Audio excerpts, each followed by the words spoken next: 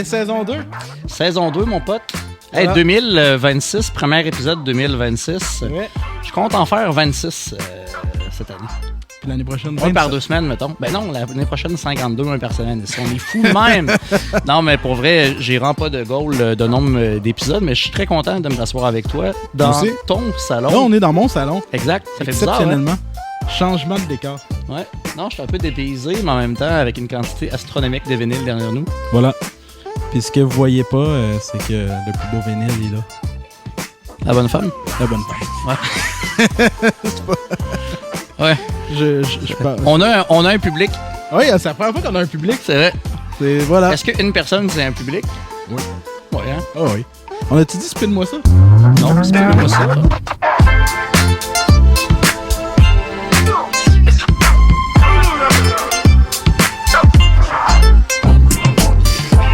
Hey, pour 2026, c'est drôle parce qu'on a quand même des pics qui datent de un petit bout. Parce De 2025? de 2025, un Ben petit oui. bout. De v'là un an. C'est. Mais même pas, moi, c'est des affaires qui sont sorties quand même. Il y a pas si Mais longtemps, là. non, mais honnêtement, on avait quand même décalé quelques trucs pour faire nos top 10 chacun. J'espère que vous avez aimé les top 10. Vous nous direz en commentaire ou si vous partagez nos coups de Ou en cœur. fait, ça a été quoi votre coup de cœur Ouais, l'année passée? vraiment. Si jamais, même si c'est pas dans le top 10, même si on n'a pas parlé, je serais quand même curieux de savoir c'est quoi, toi, à la maison, que t'as aimé. Mais là, honnêtement, il faudrait pas que 2026 se termine maintenant parce que j'aurai rien à choisir. À date, le début de ça fait 2 en parlait, semaines, hein, il y a mais. rien qui est sorti ces temps-ci. Puis même, tu dis, les 2 semaines précédentes, mettons, ça fait 4 semaines, 4 vendredis. Ok, non, il y a eu une sortie que j'ai quand même écoutée. Ouais. C'est The Pretty Reckless qui ont sorti leur album de Noël. Oui. Il est bon. C'est, Hey, savais-tu qu'elle a remis son kit qu'elle apportait dans le Grinch Oui. il y a 25 ans, puis que ça, ils ont refait une apparition avec Jim Carrey, c'est man. très drôle. Chris, son kit, il fait encore, man. Ben, il fait. Mais il fait encore à l'ajuster, C'est là, qu'elle mais... est passée d'un kit de petite fille à un kit un peu sexy, là. mais en même temps, elle est pas très grassiette non plus, là. Non, non, non. Mais un bon album de Noël. Je suis pas un grand fan d'album de Noël. Moi non plus. Pas désagréable, cet album-là. Je l'ai préféré à celui de Ginette Renault. Ouais, mais je l'ai préféré à Mariah Carey, moi. Hey, fait qu'on passait avec des sélections 2025 parce que 2026 actuellement nous a pas gâtés. Il y a des bons albums qui s'en viennent. Il y a Marilyn Manson qui va revenir, qui l'a annoncé dans une vidéo Oui, de Big fête. Flo et Oli avec Karma. Big Flo et Oli qui ont annoncé leur album. Il y a une couple de trucs vraiment intéressants. Mais pour le moment, on peut se lancer. Peut-être. Est-ce qu'on commence par Je pense que j'irai avec coup de cœur. nos coups de cœur? Ouais. C'est toi qui as la liste, hein, parce que moi, mon téléphone, il est là-bas, puis il nous filme. Absolument. Je pense que ton coup de cœur, toi, tu y allais avec Death by Rumi. Dead by... Ah, on part directement là-dedans, toi. Let's go, man. On parlait du party de Noël de Marilyn Manson, je te l'ai partagé, c'est cool parce qu'il était pas au spectacle, mais il était à sa fête, puis ils ont pris une photo ensemble. Ouais. Et c'est ça, c'est un fun fact. Il y a toujours beaucoup de personnalités. Hein. Cette fois-là, il y avait Courtney Love aussi Ouais, qui il y est là. avait puis, mon préféré, Billy Corgan de Smashing Pumpkin, qui a fait un cover avec Youngblood de leur chanson Ah, ça, Zombie, c'est- qui est vraiment bonne. Ça, on va en parler très brièvement, mais incroyable. Vraiment, vraiment Puis cool. Smashing Pumpkins sont pas reconnus pour faire des feats. Pas tant que ça. Honnêtement. Pas tant que Puis ça. je trouvais ça très intéressant. Ouais. Puis tu sais, ils le reconnaissent. Puis tu sais, je me dis pour un artiste comme Youngblood, ça doit être incroyable de collaborer avec ces gars-là. Ben oui, j'aimerais ça. Hey, Petit Roi avec Smashing Pumpkin, 2027. Ça promet. Ça promet. Mais Death voilà, by Rumi. Death by Rumi, elle a sorti un album qui s'appelle Hollywood Forever l'année passée, probablement vers j'ai pas les dates, là, on s'en fout un peu, mais genre novembre 2025 de mémoire. Death by Rumi, qui est une artiste pop goth, je sais pas Ouais. si ça se dit, là, mais Avec l'allure qui va avec. ouais, elle a vraiment un côté. En fait, c'est un hybride de Lady Gaga dans les temps qui est un petit peu plus darkish, etc. Mélangé avec un peu de l'esthétique à la Manson, etc. Donc, tu sais, si on veut avoir un côté un petit peu plus gothique et tout, elle a un visuel vraiment intéressant. Puis Ben, elle a une beaucoup physionomie. moins pas bonbon. Non, moins bonbon, mais c'est pour ça que j'ai un peu plus Ouais. dark. Mais puis elle a une physionomie, elle a un look déjà de base particulier. Ouais. Hollywood Forever, c'est quoi? C'est l'équivalent de ce que tu aurais comme image si tu rentrerais dans un bar un peu goth sadomaso. Genre, il y a un côté... c'est de la musique pop dans le sens un peu électro, très dark. Tu sais, on est dans le dark wave un peu. Tu sais, du genre de techno-goth. Là. Fait que, tu sais, je sais pas comment l'exprimer. Est-ce que bien. tu l'écoutes en te fouettant? Je l'écoute en me fouettant. Ouais. Non, mais je l'ai écouté hier, je suis allé m'entraîner, je l'ai écouté, ça a vraiment bien fité. Mais ce que je veux dire, c'est qu'il y a une ambiance, tu sais, comme dans les films. Ça aurait pu être, mettons, si on faisait un film de Blade. aujourd'hui. Ah oui. Tu sais, comme, ils rentrent dans Je le vois bar les espèces de vampires. bars clandestins un peu dans un sous-sol. Oui, là. exact. Ouais. Moi, c'est ça que ça me donne comme feeling en tant que tel. Où Ah, genre, c'est bon, ça. Côté très industriel. Là. Oui, Ouais. un petit côté, tu sais, fait que j'apprécie beaucoup. Elle a un côté, tu sais, son album Hollywood Forever, c'est vraiment, elle fait une sorte d'auto-portrait un peu de son passage à Hollywood, puis le côté de célébrité versus le vide d'Hollywood. Elle fait, tu sais, mais elle est beaucoup dans des thèmes de cette nature-là au travers de son album. L'album est assez progressif, pas dans le sens musique prog, mais dans le sens que l'album part. Ça, c'est ma constatation à moi, de façon un petit peu plus pop en partant. Donc, les premières chansons, on est plus dans quelque chose que quelqu'un qui a trippé Lady Gaga, comme je disais, pourrait être interpellé. Et plus l'album progresse au fil des chansons, plus en fait, on commence à avoir des éléments comme je disais, de Dark Wave. Après ça, en fait, des éléments un peu metalcore. Ouais. Il y a une chanson avec Palal Royal. Où est-ce que vraiment là, elle se permet d'aller vraiment dans un son un petit peu plus screaming, etc. Fait qu'il y a vraiment une progression où est-ce que l'album t'amène vers quelque chose de plus élevé tout au long de l'album, avec des sujets plus élevés et tout. Vraiment, vraiment cool. Je pense que c'est vraiment une artiste. En fait, ou une autre comparaison, je trouve que c'est le côté impur de Poppy. Oui. Tu sais, Poppy a un côté, une esthétique très puriste, etc. Même ça fait du métal.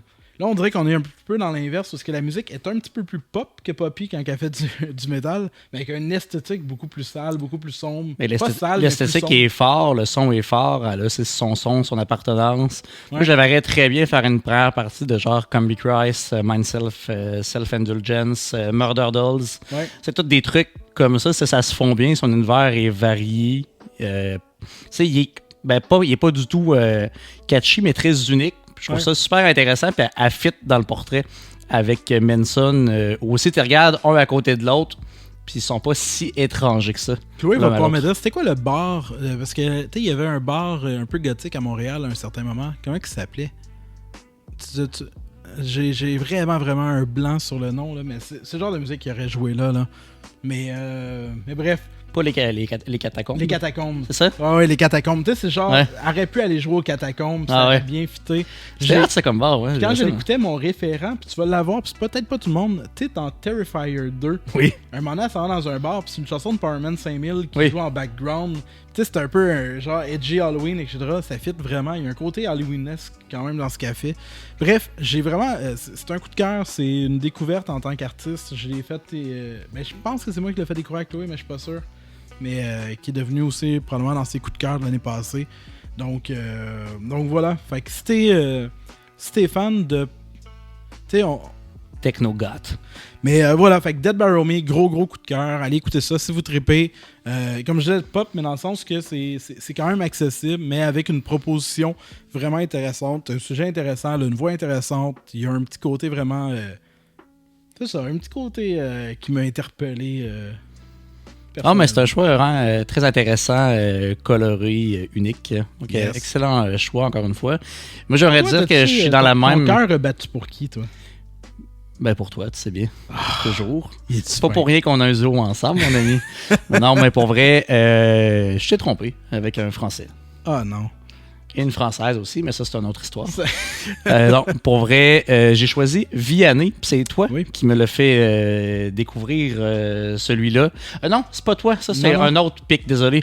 Parce qu'il y a un autre pic que tu m'as fait découvrir. Mais Vianney, j'ai découvert grâce à Big Flo et Oli. Parce qu'ils ont fait une chanson avec Vianney que j'ai trouvé excellente.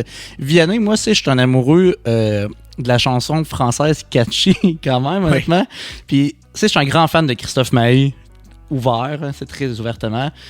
Ça me fait penser énormément à ce genre d'univers-là, mais plus actuel. Vianney collabore avec Soprano, avec Maître Gims, avec Big Flo et Oli.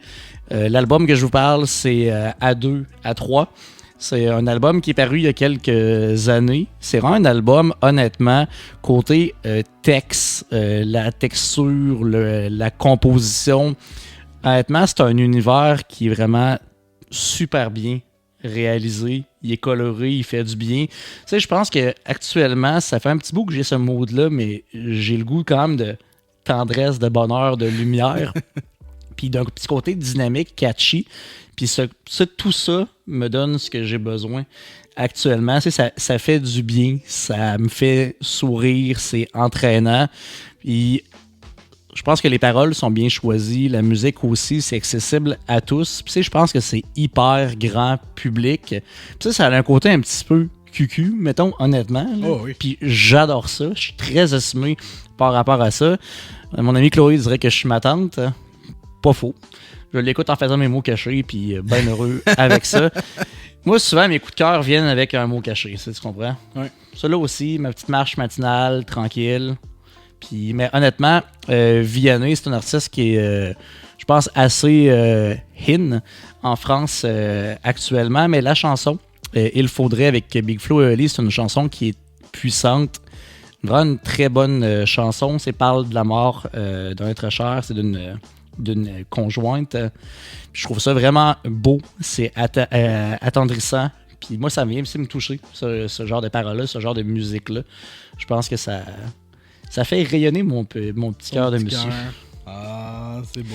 Fait que pour un élan de tendresse, un câlin, un beau dimanche matin avec un mot caché, Vianney à 2, à 3. Ça fait avec le mot que tu dis. Ah oui, mais c'est vraiment ça, honnêtement. Écoute Allô Fantôme, écoute Vianney, écoute Christophe Maheu. Mets tout ça ensemble, je trouve pas que ça fit. C'est différent. C'est différent, mais c'est le petit côté feutré, tendresse, un petit récent qui te laisse porter. Un peu comme dans un film de Disney.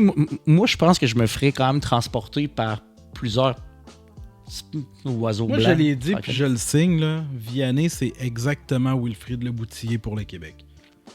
Ça file, ça sonne, ça file comme un chanteur de Star Academy. Mais tu sais, mettons Star Academy version française, qui a pas gagné, mais qui était le deuxième, tu sais, comme le deuxième. Je dirais ça pourrait être un gars qui aurait gagné La Voix France, puis qui fait une carrière, pas absolument. Pas La Voix, qui a gagné Star Academy. Mais honnêtement, j'ai vu les Bâtards du Nord, le groupe de Wilfrid. Mais là, je te parle pas de ça non plus. Non, les mais je sais. du Nord, t'as dit? C'est pas les gars du Nord? Ah, les Bâtards du Nord, c'est un autre groupe, c'est pas celle-là, man. Les Bâtards J'ai été traité de bâtards. Non, les gars du Nord, puis honnêtement, c'était pas si mauvais. Non, mais les Bâtards... Les gars du Nord, toi aussi? C'est pas ça. Moi, je te parle de Wilfrid Leboutillier. Je m'appelle Jean. Ça, c'est même pas lui. Non, mais sauf que c'est avec sa voix. Tu sais, le côté de... Je trouve qu'il y a ça dedans. Je trouve pas ça désagréable, Wilfrid. Ben, c'est ça. Fait que moi, ça m'a peut-être moins parlé parce que je trouvais ça extrêmement... Moi, la petite chanson française, Kitsch, Kéten, c'est moi, Joe Dassin, Charles Aznavour, j'aime ça. Oui, mais Charles Aznavour, c'est un grand. On comparera pas Vianney. Mais Joe Dassin aussi... Non, lui, c'est un... Francis Cabrel, j'adore ça aussi. Francis Lalanne, à la limite, là. Ah oui, Francis Lalanne plus que Cabrel. Mais oui, non. Mais c'est Cabrel, moi, j'adore ça. Honnêtement. Je t'ai partagé à ce moment-là, je te partage ce moment-là pour poursuivre sur ma vague Vianney. On est allé à l'île aux Coudes cet été. Ouais. On se ramasse à un petit phare, une boutique souvenir. Puis il y a un monsieur qui arrive avec sa guitare, un tabouret, se met à chanter du Cabrel.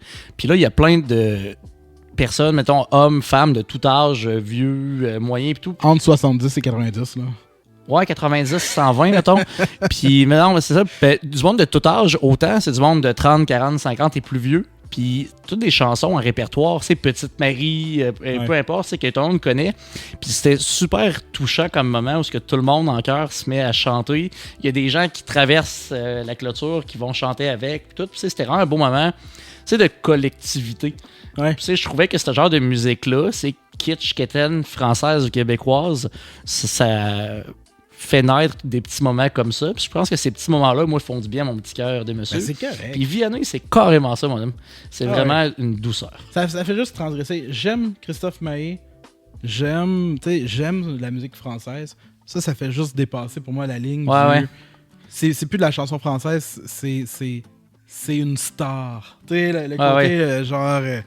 mais je comprends exactement ce que tu veux dire. Oui, puis il y a de l'argent dans la réalisation, dans tout ça, dans le marketing. Au Québec, j'aime Louis-Adrienne Cassidy qui est de la pop. Ouais. Je trippe un peu moins Marie-Hélène Thibert. Pour moi, c'est un peu la différence. Pour moi, c'est cette ligne-là. Là, je trouve qu'il franchit un peu par moment. La tune avec Big Flo, par contre, est vraiment excellente. Ouais. Mais parce que Big Flo et Oli sont là. Pour moi, le highlight, c'est Big Flo et Oli dans tout. Ouais. Mais musicalement, elle est bonne. T'sais. Mais ça, non, je pense que le répertoire varie. Il amène plusieurs personnes à collaborer. Non, ça peut être mais c'est bien cool. intéressant. La diversité est le fun. Ouais. Puis je t'accorde tous tes points dans le sens que si t'es dans le mode de quelque chose de léger, de easy listening, t'es en petite pantoufle, il fait frette, tu te fais un chocolat chaud, tu fais des mots croisés. En même temps, tu mets ton Kitex. C'est parfait. Sauf le Kitex, ça, c'est moins dimanche. Non, mais tu pourrais te faire... Ah, c'est voilà. Là, toi, oui. tu voulais y aller avec un segment découverte. Oui. Tu as découvert un artiste qui m'a surpris quand même, Tom Odell. Oui. Moi, oui, parce que ça fait un petit bout que je connais Tom Odell, mais il était dans un registre différent, je trouvais, auparavant. Cet album-là, je trouve, marque quand même un point tournant dans son son. Moi, je le connaissais pas. Ça se peut qu'il y ait des chansons que j'ai déjà entendues puis qui m'avaient pas marqué. Je trouvais qu'il y avait plus de allure Sam Smith avant, tandis que là, il s'est bien réinventé. Hein. C'est intéressant. Voilà, puis je parle de son dernier album. Là, j'ai pas le titre. C'est toi qui as tous les titres. C'est toi qui as toute l'information. C'est pas Wonderful.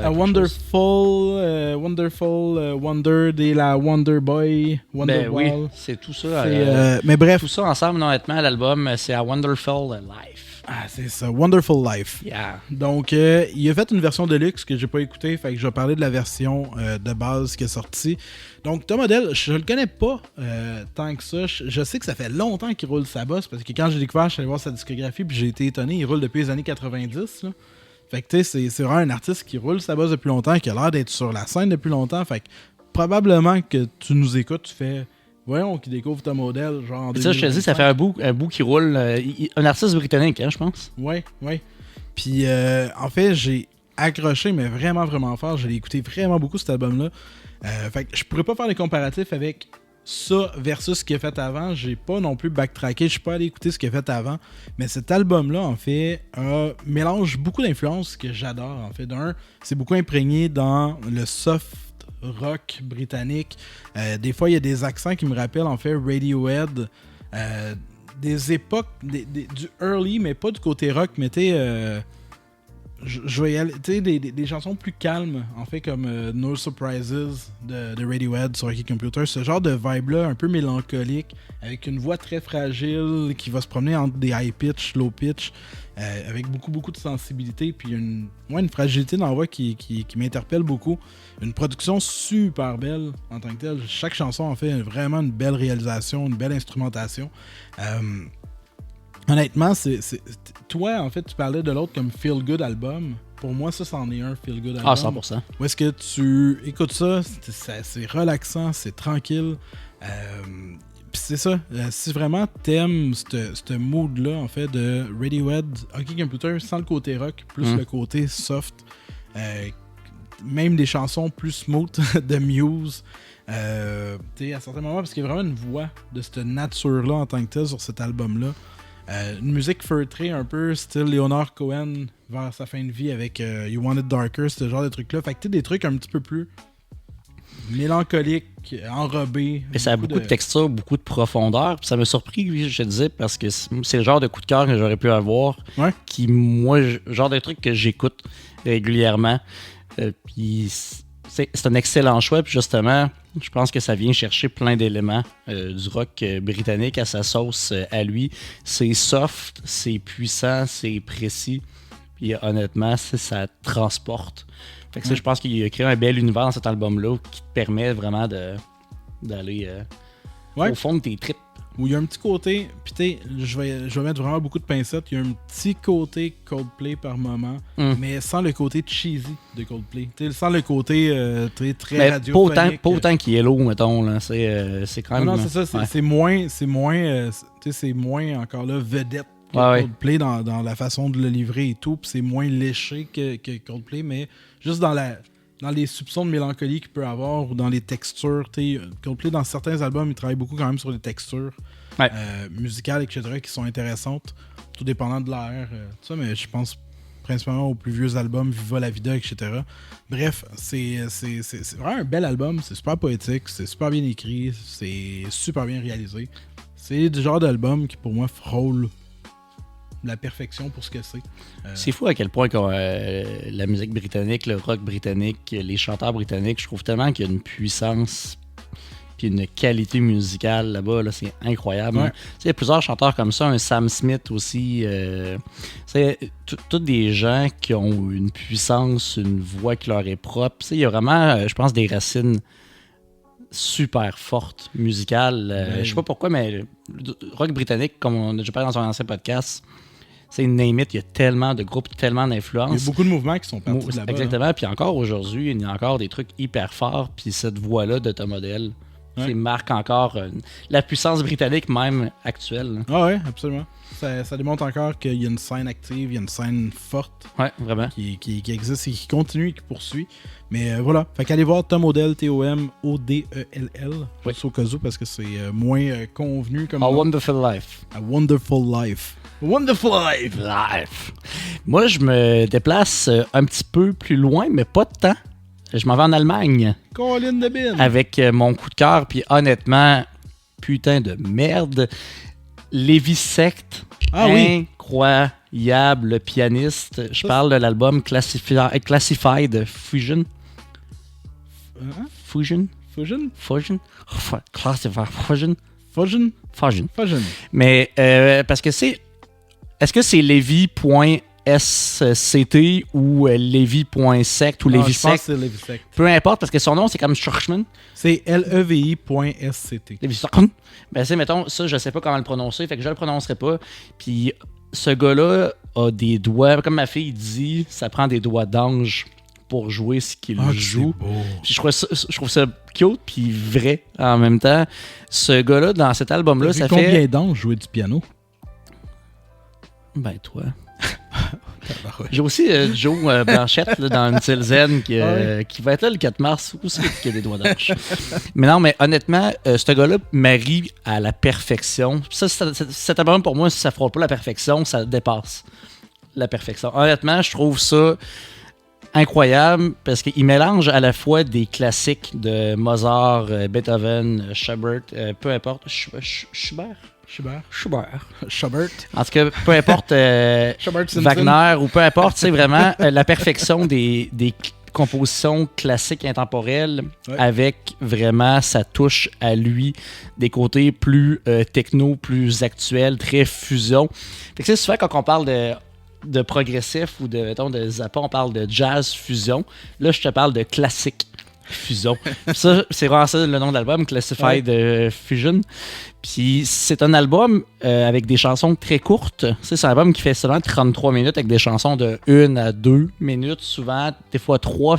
Il y en a 1 ou 2 à 4. Il y a une chanson qui s'appelle Les Sauvages. Honnêtement, ce gars-là, on dirait qu'il a 25 doigts. Là. Puis je l'ai regardé jouer dans des concerts privés, dans des concerts plus grandes salles, plus grand public. Honnêtement, là, ça a l'air facile comme ça serait drôle que tu le écrire vois. Son nom. Là. Tu le vois, puis finalement, il y a vraiment des longs doigts, genre c'est Salad Finger. Genre, il y a vraiment juste des vraiment très très longs doigts. Là. Ah, puis il est dans, pour vrai, là, il y a une facilité déconcertante à jouer. C'est des compositions. On s'entend-tu que c'est du Bach puis du Mozart, pas facile à jouer, mais réinventer, les mettre à sa sauce. Ajouter des variantes, déconstruire ça. Après ça, il se tape des solos, plusieurs variantes là-dedans, des sonorités différentes. Il y a vraiment sa sauce qui lui est propre. Puis, ce gars-là, il est quand même pas si vieux. Né en 99, 27 ans, en fait. Un prodige du piano. Je vous encourage à l'écouter. Qu'est-ce qui est intéressant? Il y a un album aussi qui s'appelle Back to Future. B-A-C-H. Non. Non? Oui, je pense que oui. Oui, c'est ça, t'as raison. Je pensais que tu m'en jouais une. Non. Mais la chanson thème, là, c'est ma nouvelle sonnerie de téléphone, là, c'est l'écouter finalement, insane. Pour vrai, puis cet album-là aussi, il est bon, mais justement, c'est son univers à lui. Puis là, on va un petit peu moins dans ce côté classique-là, puis tu vois qu'il est en pleine émergence, que c'est un travail actif, mais là, c'est vraiment la chenille qui est sortie du cocon puis qui est devenue papillon. Cet album-là, c'est un foutu monarque. Parce qu'honnêtement, je l'écoute ça, là, mais dans tous les moments de ma journée. Là, je peux l'écouter le matin à marche, en travaillant, en faisant des mots cachés, avant de me coucher le soir. Je trouve que c'est un album qui se prête sur le petit pot. Mais honnêtement, là, c'est mon obsession du moment. Ça me détend puis ça me fascine à la fois. Non, c'est... je te concède tout ce que tu as dit. C'est vraiment excellent. En fait, c'est... tu sais, il y a des artistes comme ça, Lindsey Stirling au violon. Tu sais, des gens, en fait, qui vont s'amuser à vouloir ramener la musique classique, la moderniser en soi. Puis c'est vraiment ça en tant que tel. Je pense qu'il y a une volonté de...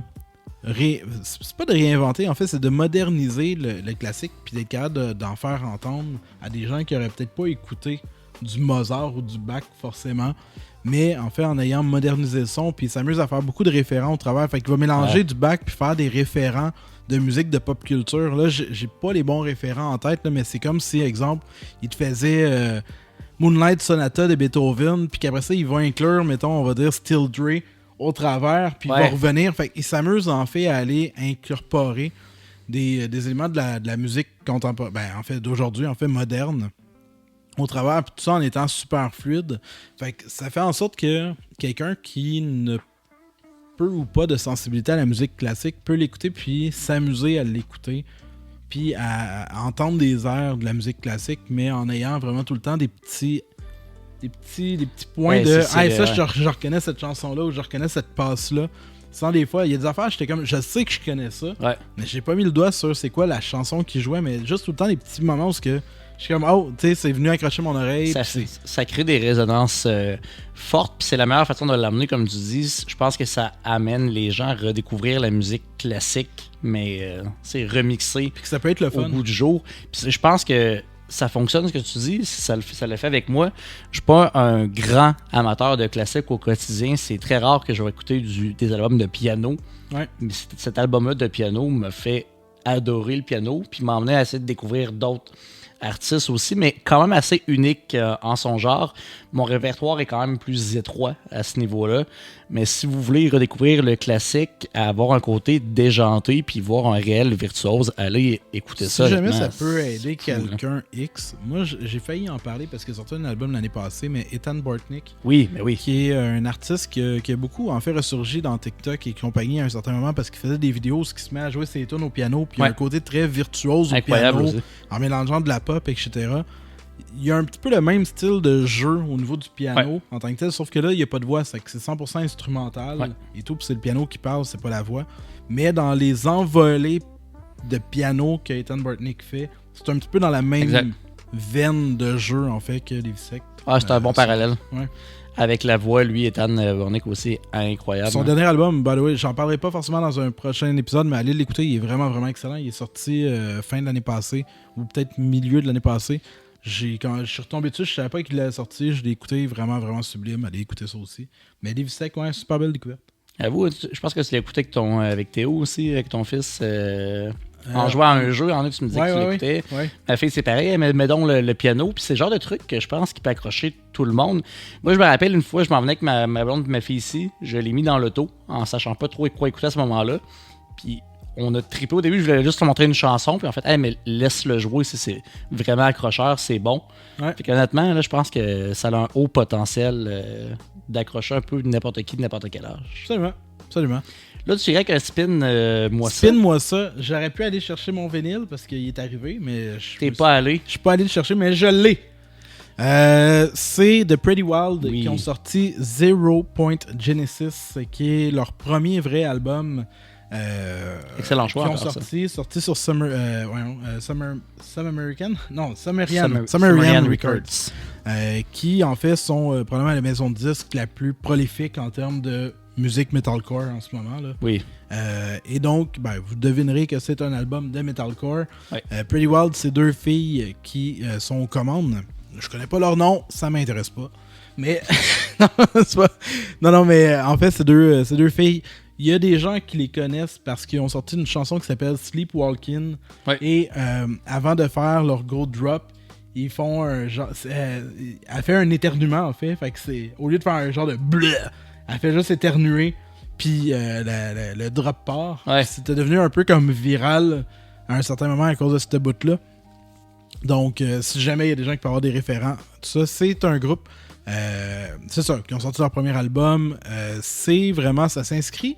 Je trouve qu'il y a eu comme 3 waves de metalcore. Tu sais, on a eu la première wave pour moi qui est des années mid-2000. Tout Asking Alexandria et puis tout. Oui, c'est ça, mais le vieux. Le premier où c'était très brut, tout le temps dans le tapis, Scream dans le tapis, les vieux Architect, Bring Me the Horizon. Le premier metalcore il était quand même plus emo aussi, ses bars. Oui, c'est ça. Ouais, c'est ça. Deuxième wave, pour moi, puis Bring Me the Horizon est tout le temps à la tête de ces waves-là, j'ai tout le temps l'impression. Deuxième wave, on était plus du côté, ok, on commence à amener du clean dans le metalcore, on amène un petit peu des éléments électro, donc Bring Me c'était Sam Eternal, après ça il y avait Ammo, etc. Asking Alexandria, tout ça, on tout suivi un petit peu avec Bad Omens et tout. Là on est dans la troisième phase que j'ai l'impression que là il y a beaucoup en fait un mouvement de filles, fait que Poppy qui s'en vient on en a parlé, mais il y a un mouvement déjà très féminin et où est-ce que justement on mixe le metalcore avec des éléments un peu plus pop rock. Avec un peu d'électro aussi. Oui, puis... mais tout le temps un petit peu plus agressif dans le côté agressif comme à l'époque. Puis on mélange le côté plus doux. Puis je trouve qu'il y a vraiment une nouvelle... tu sais, Bring Me l'ont fait avec les derniers albums un peu aussi. Donc on s'inscrit là-dedans en tant que tel. Un côté un petit peu plus Halloween, au travers dans l'esthétique. Ils ont un esthétique... by the way, c'est eux qui ont designé leur pochette, c'est eux qui ont designé leur artwork aussi. Fait que oui, c'est ça. Puis l'album est juste vraiment, vraiment bon. Tu sais, c'est dans le metalcore, il y a eu un essoufflement à un certain moment. Puis j'ai l'impression que là, ça revient en tant que tel. Puis ils font partie de cette mouvance-là de nouveaux artistes qui redonnent un brin de fraîcheur, je trouve, à ce style-là. Je sais pas forcément quoi dire pour démontrer à quel point c'est bon, mais allez l'écouter, honnêtement. C'est vraiment, vraiment excellent. Les deux ont un beau clean vocal. Les deux, quand ils scream, ça sonne bien. Musicalement, c'est super bien produit. C'est Andrew Wade qui a produit quand même plusieurs albums, qui a produit l'album au complet avec eux. Donc, c'est le travail de peu de gens. Mais il y a un contraste affirmé excellent. Je trouve que c'est l'image que j'ai quand je pense à eux. C'est comme la petite fille avec des lulus, une grosse sucette puis des bas très hauts, c'est qu'elle a l'air toute gentille, qui chante, ça fait un petit peu comme enfantin, puis elle se met après ça à gueuler, ça devient hyper agressif, rentre dedans. Il y a ces deux univers-là qui se rencontrent, le côté très pop, des moments plus catchy, des moments très brutals, puis avec des moments techno au travers, des techno plus électro-pop. Fait que je trouve que c'est un univers vraiment incroyable. Puis je trouve que les éléments, le pop et le metalcore féminin actuellement me fait autant de bien que le pop qu'on parlait, mettons, c'est québécois actuellement, avec la ressurgence des femmes actuellement est vraiment incroyable. Ça fait du bien, ça rafraîchit. Puis honnêtement, ça amène une saveur qu'il n'y avait pas actuellement. Donc c'est vraiment une nouvelle vague, tu as raison. Ouais, puis je trouve qu'il y a une signature qui se distingue. On n'est pas dans Spirit Box, dans le sens que tu es dans le mouvement, on n'est pas non plus dans Poppy. Donc Poppy est plus pop entre parenthèses et plus dans quelque chose plus froid. En tant que tel, Spirit Box sont vraiment un petit peu plus dans un côté rock arena. Pretty Wild, ils embrassent un petit peu plus les codes francs du metalcore, mais comme tu dis, en mélangeant une esthétique un peu girly au travers de ça, un peu goth, un petit peu Halloween, comme je dis, Halloween dans les thématiques, dans les sons qu'ils vont utiliser, dans les arrangements. C'est ça que je pense que j'aime. Je t'écoute parler puis je réfléchis à notre propos. Ce que j'aime de la musique actuelle, c'est qu'on réussit à mélanger plusieurs éléments sans avoir peur de mélanger les styles ensemble, mais on le fait bien. Est-ce que tous les groupes le font bien? Pas nécessairement, mais quand je pense à eux, que je pense à Bring Me, Kim Dracula, c'est un exemple parfait. Tu réussis à merger tellement d'univers puis de styles. Puis ça, on est loin de l'époque de puristes. Du metalcore, ça sonne comme ça, du deathcore comme ça, du pop, c'est ça, puis c'est pas autre chose. On est ailleurs, il n'y a plus de barrières. Puis l'absence de ces barrières-là donne des résultats magnifiques, comme ce genre d'album-là. Ça, je trouve ça vraiment intéressant. Puis parlant de déjanter, d'aller un peu partout et d'avoir sa saveur unique. Moi, mon spin, c'est Angine de poitrine. C'est volume 1, Le volume 2 va être bientôt disponible. D'ailleurs, 2026, ça a été annoncé. Les frères Poitrine sont originaires du Saguenay. Puis je peux pas vous dévoiler leur identité parce qu'on ne la connaît pas. Moi, ce que j'ai appris, d'un côté, c'est qu'eux ont notre groupe de musique. Puis ils voulaient pouvoir faire 2 shows dans une même salle. Et on peut pas s'en présenter 2 fois avec nos musiciens. Là, on montre ça plate. On va s'inventer des alter ego. Puis on va pouvoir faire 2 shows ce soir-là. Puis vraiment y aller. Puis être hyper pété. Je pense que leur signature, c'est ça. C'est que ces gars-là ont une signature qui leur est propre puis qui est pas facilement accessible, moi, je vais t'avouer, parce que honnêtement, un peu comme Blood Incantation, ça m'a pris plusieurs écoutes. Puis plusieurs écoutes et ça m'a pris le bon mood aussi. Souvent, on en parle de mood. Tu sais, des fois, tu me donnes des suggestions, je t'en donne aussi, je suis comme, je le garde pour plus tard, je suis pas dans ce mode-là du tout. Des fois, ça prend un contexte ou un moment que tu as une révélation. Moi, ça m'est arrivé. Tout à coup, en auto, j'ai craqué le son, je sais pas trop où. Puis là, à un moment donné, ça m'a rentré dedans. On dirait que, tu sais, t'as comme des fois une connexion musicale, une révélation. J'ai fait, OK, fuck, là. Tu sais, ces gars-là ont vraiment un talent inné. Puis, tu sais, c'est pas accessible pour tout le monde non plus parce qu'il n'y a pas de paroles. Il n'y a pas de vocal. Je suis pas le premier fan de la musique sans vocal. Ça, c'est drôle parce que dans l'épisode, 2 de mes pics n'ont pas de vocal. Ouais. Ça montre mon cheminement. Mais c'est un peu comme la fois où j'ai dit, j'écoute pas tant que ça des bandes son. Puis finalement, genre, l'épisode d'après, je parle de 2 soundtracks. Là. C'est vraiment ça. C'est drôle parce que j'écoute pas tant de projets qui ont pas de son. Tu sais, mettons des groupes comme Animal as Leaders. J'écoute pas beaucoup de bands qui ont pas de son. Mais ça, des bands qui ont pas de son, j'en écoute pas du tout. Mais non, qui ont pas de vocal du tout, qui ont pas de paroles. Puis tu sais, je reconnais le talent. C'est comme des gars comme Animal as Leaders. Tu sais, des sacrés musiciens. Je trouve que des fois qu'il y a une redondance. Dans Jeune de Poitrine, c'est quelque chose que, un peu comme Lévi Secte, que j'écoute constamment. Je pense que j'alterne entre leurs 2 univers parce que ça se prête bien à tout contexte. Ça te transporte, il y a une saveur, il y a une variété. Puis en même temps, les gars, ce qu'ils font, c'est qu'ils vont jouer sur les micro-tonalités.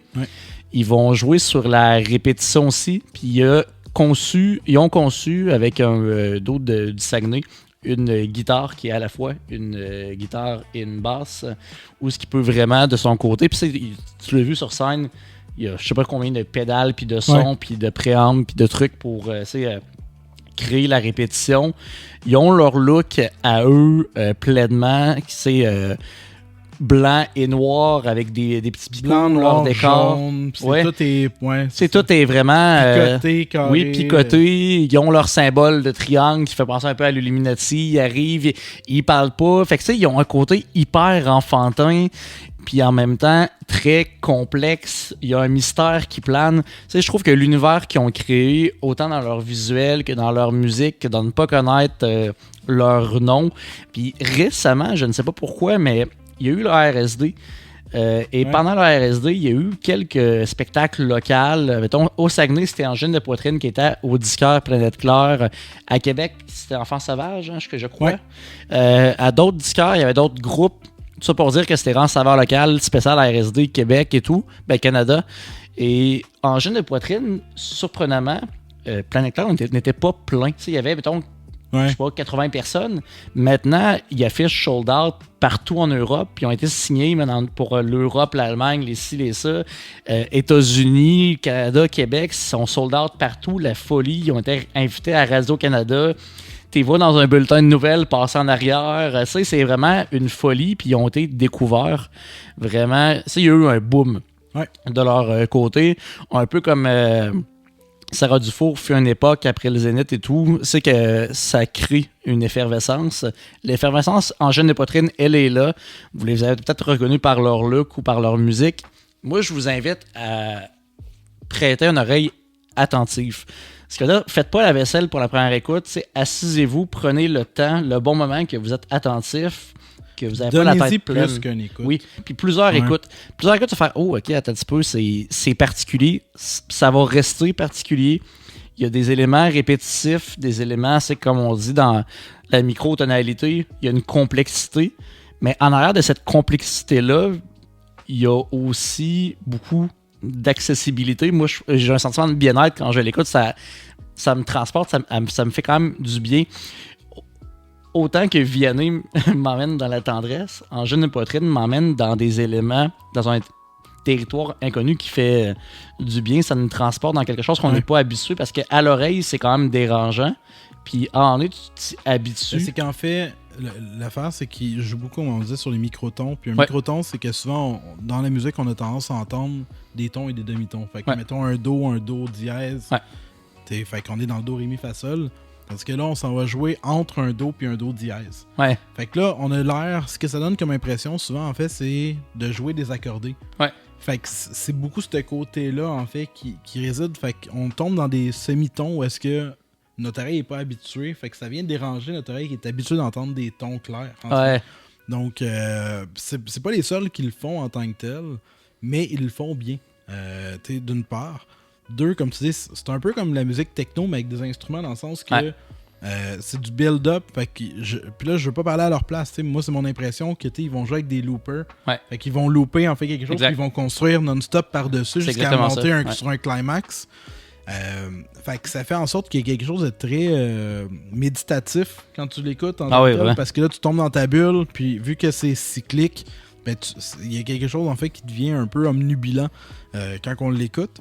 Puis les demi-tons donnent un côté aussi un peu arabe dans les mélodies en tant que tel, parce que dans la musique plus moyenne orientale, on joue beaucoup dans ces tonalités-là. Fait qu'il y a un côté qui sonne un petit peu oriental dans les lignes mélodiques, puis dans le son, puis etc. Ce qui amène un côté, puis c'est pour ça que ça m'étonne pas qu'ils partent à l'international, parce que d'une part, c'est le genre de groupe que je pense que s'il avait été juste comme toi et moi, deux dudes qui font de la musique, ça aurait été intéressant, mais ça n'aurait pas forcément eu l'impact que ça a. Du fait qu'on sait pas c'est qui, ils ont une esthétique super forte, très claire et très emblématique. Fait que je pense que le visuel joue pour beaucoup. Ça n'empêche pas que musicalement c'est intéressant, mais c'est un peu comme Manson. Enlève toute l'esthétique, etc. Je sais pas s'il y aurait eu la même carrière. Je pense que c'est leur artiste que souvent leur succès est un tout. C'est ça, exact. C'est que c'est une proposition totale qui fait en sorte que ça devient une bébite intéressante au niveau international. Exact. Mais à Lille, oui, j'étais pas le plus grand fan. Je peux pas dire que je suis encore le plus grand fan non plus, mais je les ai découverts parce que force est d'admettre qu'il a fallu que je l'écoute. Puis en travaillant, à un moment donné, je l'ai mis, puis ça s'écoute super bien. C'est juste ça. Je pense que j'aurais aimé ça, avoir un vocal par-dessus ça à certains moments. Mais en même temps, c'est correct qu'il n'y en ait pas. Puis ça s'écoute bien comme ça, c'est juste que ça fait en sorte que ça demande d'être entendu. C'est pour ça que j'ai écouté là plusieurs fois, pas en voulant dire la première fois que t'aimeras pas ça, des fois c'est juste pas le bon moment. Fait que t'écoutes ça en auto, ça sera peut-être pas cette fois-là, t'écoutes pas ça en attendant ton rendez-vous chez le dentiste, mais à un moment donné tu vas juste le partir parce que, je sais pas, t'es au garage, puis là t'es dans ce moment-là, t'es dans cette bulle-là. Puis là, tu comprends c'est quoi. Exact. Il y a un petit peu de ça. Blood Incantation, c'était exactement ça. On les a snobés les deux pendant un bout. Une bout, là. J'ai pris une marche un matin, je l'ai mis, puis on dirait que ce matin-là, ça fitait. Tu m'es arrivé au gym à m'emmener. Hey, tu devrais écouter ça. Je sais comme, hein? Exact. Ça fait genre 6 mois que c'est sorti. Puis, mais il y a un déclic. Puis je pense que c'est un peu ça en Angine de poitrine. Je suis curieux d'entendre le volume 2. Je suis curieux de voir ce qui s'en vont en tant que tel. Mais ce qui est bien, c'est que c'est des albums, un peu comme les Visek, c'est que c'est pas des longs albums. Non. Fait que c'est des albums qui sont assez courts, qui s'écoutent d'une traite. Fait que ça n'a pas le temps d'être redondant, ou t'as pas le temps de te fatiguer à l'écouter parce que l'album passe vite. Il y a un côté très envoûtant, puis t'oublies l'absence de parole parce que t'es vraiment omnibulé, comme tu dis, dans cet univers-là.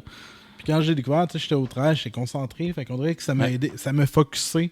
Juste le fait que c'est, comme je disais, le côté cyclique et méditatif de cette musique-là fait en sorte que... le plus souvent que j'écoute autant les Visek qu'Angine de poitrine, c'est au travail, justement. Parce que je fais mes notes, je fais mes activités, je fais mes trucs en dehors de parler à mes clients. Puis j'ai un focus absolu. Puis en même temps, je suis comme envoûté dans ce que je fais. Fait que c'est vraiment deux univers incroyables. Donc pour un gars qui n'aimait pas l'absence de parole, je m'y plais fortement pour ces deux. Absolument, non, c'est vraiment deux belles découvertes. Vraiment. Félicitations, Derek. Félicitations. Merci beaucoup. Là, on a encore... le segment local. On a parlé beaucoup, le segment local. Oui. Le segment local, je te laisserai parler de ton pic à toi. J'étais surpris de ton pic. Ah oui? Ouais. OK. Parce qu'au début, tu avais un pic qui était très intéressant, qu'on en reparlera plus tard. Là, tu as changé pour lui. Je me souviens pas, c'est quoi mon nom? C'était Zuz. Ah oui. Jour de Sound. Je vais y revenir. La raison, c'est que je voulais me donner le temps de réécouter adéquatement. Parce qu'on va en revenir. Je voulais parler du Zouz initialement, parce que j'aime vraiment ça. Mais ça, c'est vraiment excellent. J'ai l'impression que je l'ai pas encore assez écouté pour rendre justice à l'album. Mais je suis d'accord, j'ai réécouté moi aussi, mais ça, c'est quelque chose que j'ai hâte qu'on parle en segment local. Ouais. Mais là, en fait, je suis allé vers Jérôme 50, qui a sorti un album qui s'appelle Anarcholique. Anarcholique.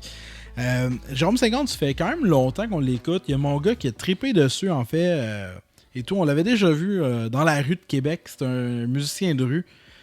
Pendant un certain moment, il jouait dans le Vieux-Québec. Et puis, il a décollé, en fait, sur la scène internationale. L'une des choses, c'est qu'il fait une genre de... Il fait beaucoup, en général, un hybride entre les chansons populaires, dans le sens qu'il va blender, en fait, un univers un petit peu à la pépé, etc. Tu sais, musique un peu plus festive et tout ça, en incluant, il y a un en fait, côté quand même Mon oncle Serge aussi. Mon oncle Serge, mais à l'époque, plus acoustique. Moins Mon oncle Serge et Canonymous, là.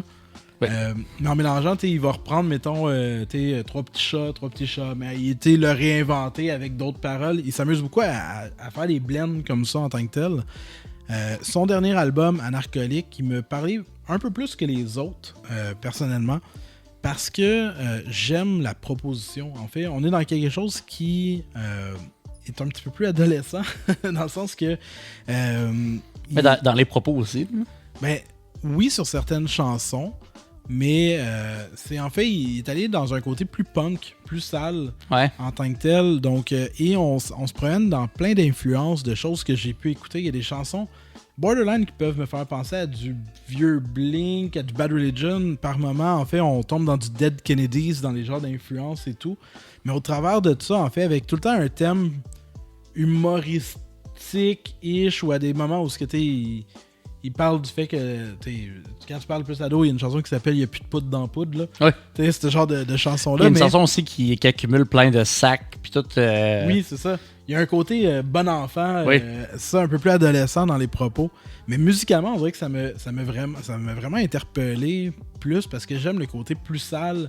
Il y a un côté où on dirait que il me donne la vibe de quelqu'un qui a écouté du punk longtemps dans sa vie.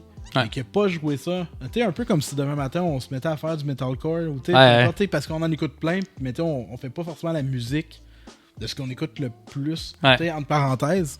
Là, j'ai l'impression que Jérôme 50, ce qu'il fait, c'est qu'il est allé rejouer dans les zones de ses racines. On dirait que ça se sent dans son ton, dans sa manière. C'est pas lui qui a un logo style black metal, Jérôme 50. Il en a fait un, ouais. Il en a fait un, hein.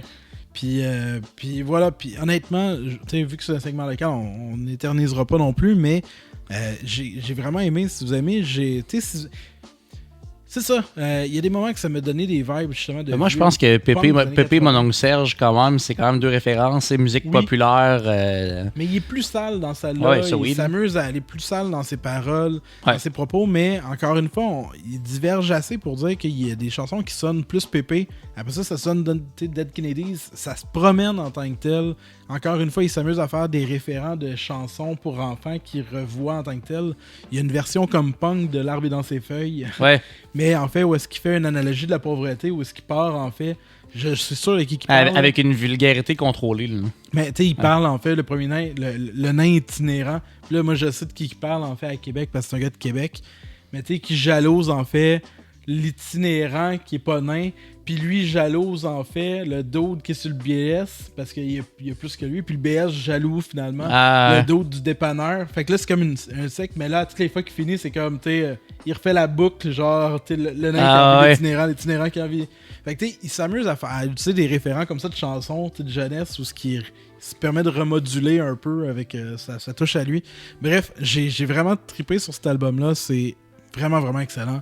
Good job Jérôme 50 puis j'irai voir cette tournée-là. En fait, j'aimais Jérôme 50. Cet album-là, me fait adorer Jérôme 50. Ouais. Une belle sélection de segments locaux. Je vais tout de suite y aller avec le mien. Moi, je parle de Fuseau. Fuseau avec l'album Lila qui est sorti en avril 2024 déjà. Donc, ça fait quand même 2 ans. Ça, c'est l'artiste que tu m'a fait découvrir de ton côté. Ce que je trouve intéressant, c'est que sur cet album-là, très court aussi, 9 chansons, 25 minutes. C'est beau tes lunettes comme ça.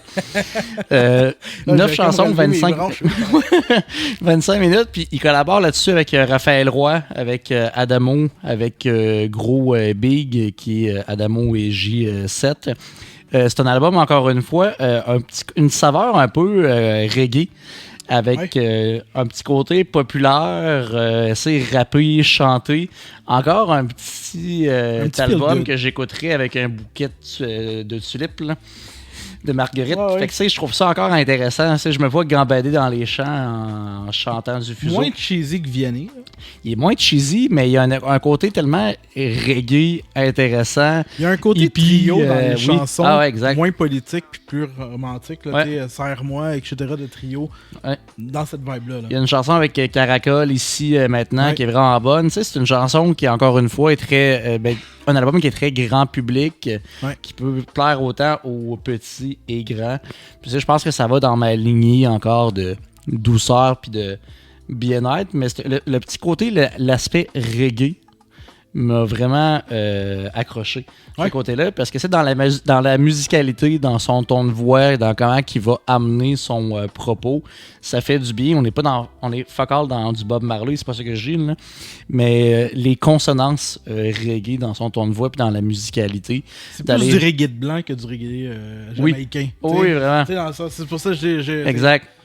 C'est vraiment ça, un peu comme pendant un temps, il y avait quelqu'un qui collaborait avec beaucoup de rappeurs qui s'appelle Soké, qui collaborait avec Shulza, avec Tactica, avec plein de monde justement, puis qui est intéressant dans le paysage québécois. Fuseau a ce côté-là, mais dans un côté plus populaire, accessible. Puis il collabore avec des personnalités actuelles qui ont un bon reach, puis une belle appréciation du public. Je pense que c'est un album qui a été apprécié de ce que j'ai lu de mon côté facilement. C'est que joué dans les radios un petit peu partout. C'est des chansons que quand j'ai entendu sur l'album que j'avais déjà entendu jouer, parce que ça passait à la radio, mais je trouve que ça méritait de se faire entendre plus grand public. Fait que c'est un album qui, encore une fois, m'a fait du bien, mais avec des paroles, celui-là. Oui, c'est ça. Je pensais que tu allais faire un épisode complet sur de la musique muette. Ça a été hot, hein? Ah oui. Mais j'aurais aimé ça. Prochain épisode, on fait un spécial musique sans son. Musique sans son! Ça, j'aimerais ça. Ça serait très, très bon. Puis si je choisis un artiste qui s'appelle Sanson, est-ce que ça marche? Ah, elle est bonne. Véronique Sanson. Y a-t-il une Véronique Sanson? Je sais pas, mais il doit y avoir un archiche. Un archiche. Chanson. Un archiche. Un archiche chanson. Fait que voilà, c'était ce qui conclut, en fait. Le premier épisode, 2026. Hey, c'était bon, hein? Puis là, on va avoir des invités cette année. Ça, on l'a dit.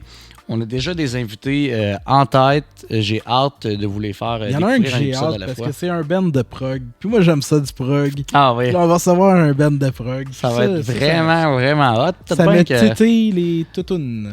Ouais, exactement. C'est une excellente annonce.